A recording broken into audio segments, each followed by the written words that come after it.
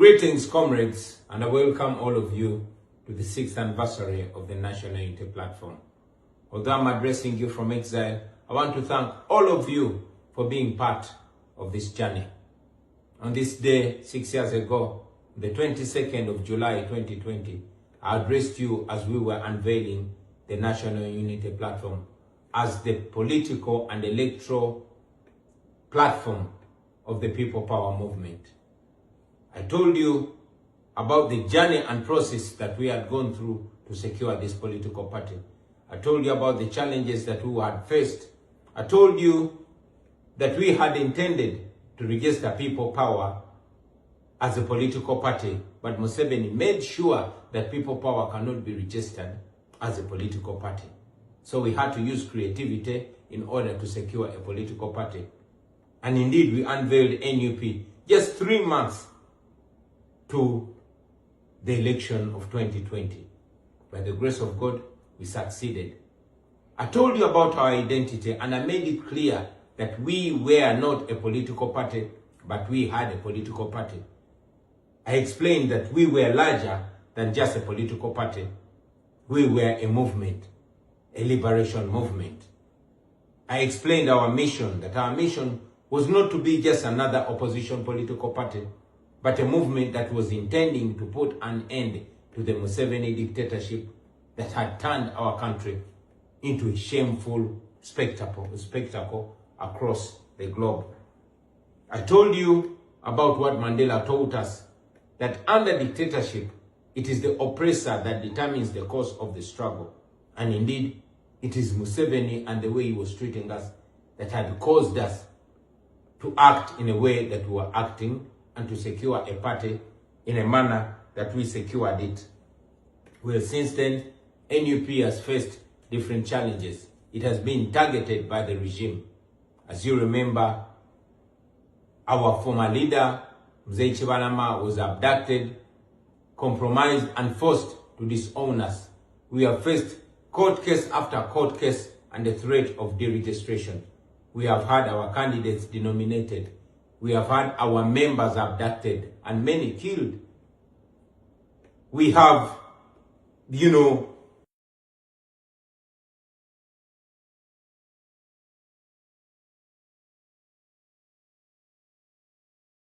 that we are legally entitled to.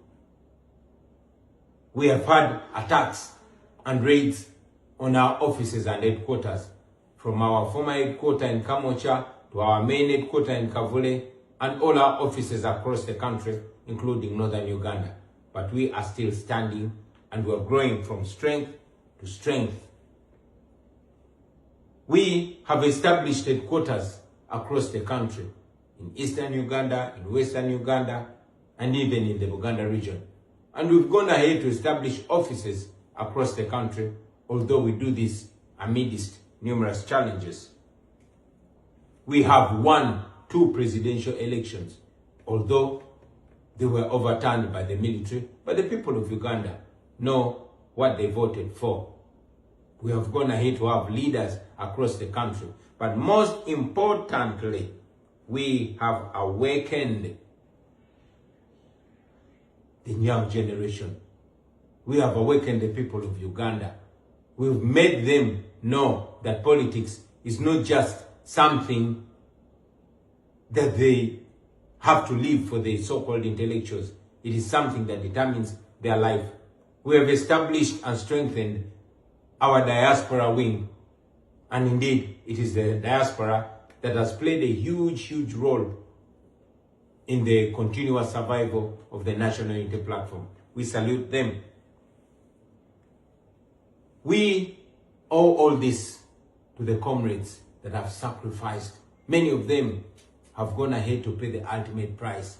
People like Yasin Kauma, people like Frank Senteza, comrades like Rita Nabukenya.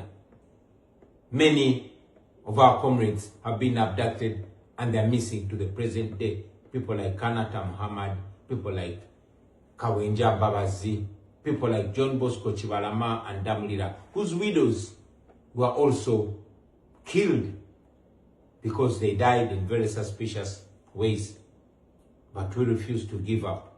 Many of our comrades were arrested and detained after torture. 6 years later, they are still in prison. People like Machete Yasin, people like Kalibala Sheriff, people like Umar Kato. And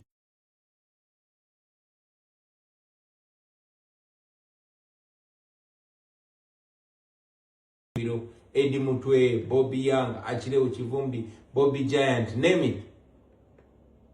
We owe it to comrades like Olivia Rutaya, comrades like Doreen Kaija, Sauda Madada, and others that are in prison but refuse to give in because they have not committed any crime. We salute them.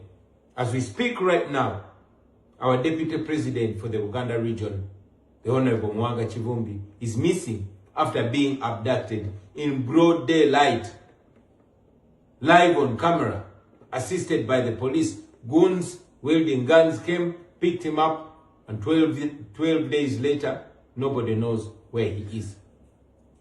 But we refuse to give up. The people of Uganda refuse to be slaves in their country. I want to thank the leadership of the National Unity Platform, my fellow leaders that have continued to offer leadership and hold fort even where I am not. We salute you. I want to salute my Deputy Presidents, Mama Lina Zedriga, for representing and leading us through challenging times. I want to salute our current acting president, the Honorable John Baptist Nambeshe. I want to salute you, Mama Kamshaba Jole, and all other leaders who are still holding fort and offering leadership in these turbulent times. Now, I want you comrades to know that the only way forward is not giving up. The times that we are in are the most turbulent times, but many times we've been told that it gets dark before daybreak. It always gets worse before it gets better. The Musveni regime, like all dictatorships, is in its evening, and dictatorships get more ferocious on their way out. I've given you an example of Saddam's dictatorship and how his son Uday Hussein turned himself into a murderous monster, murdering for fun.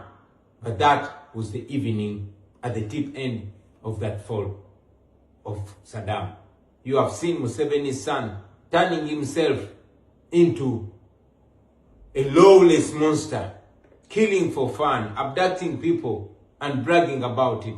I want you to know that all this is spelling an end to the Museveni dictatorship. All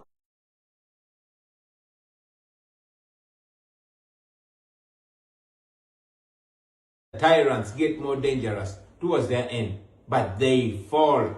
They finally fall. So hang in there, comrades. I want to request you to reject the diversions, reject the divisions. Let us continue uniting and holding together. I want you not to lose hope, my brothers and sisters. What we're involved in, there's no turning back. It's like swimming in a sea. What we've covered is much bigger than what we have left. We cannot turn back.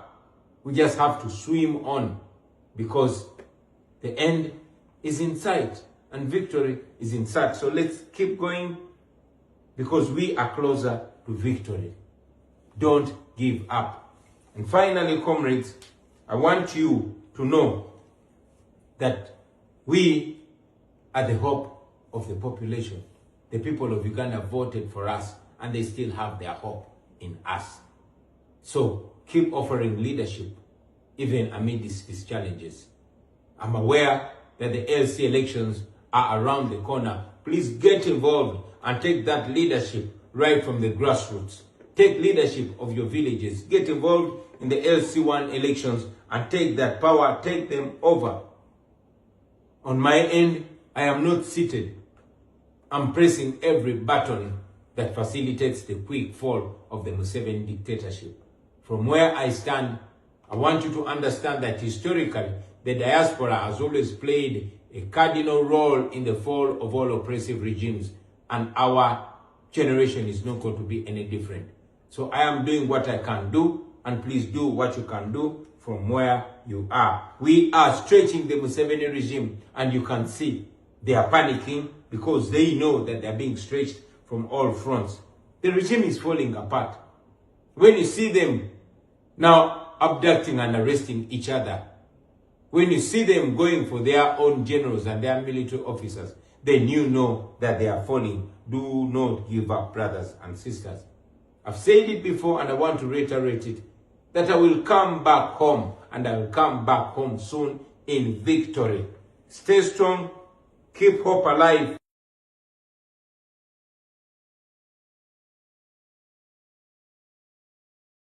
We are going to free Dr. Besigye, we are going to free Lukwago Elias, Haji Lutale, and all those political prisoners that are in prison because they have not committed any crime whatsoever. I want you to know that one day you will see Musveni, his criminal son, and all his enablers in court. One day they are going to have their day in court, and they are going to answer for all the atrocities that they've committed against the people of Uganda. Keep the hope alive. Don't give up.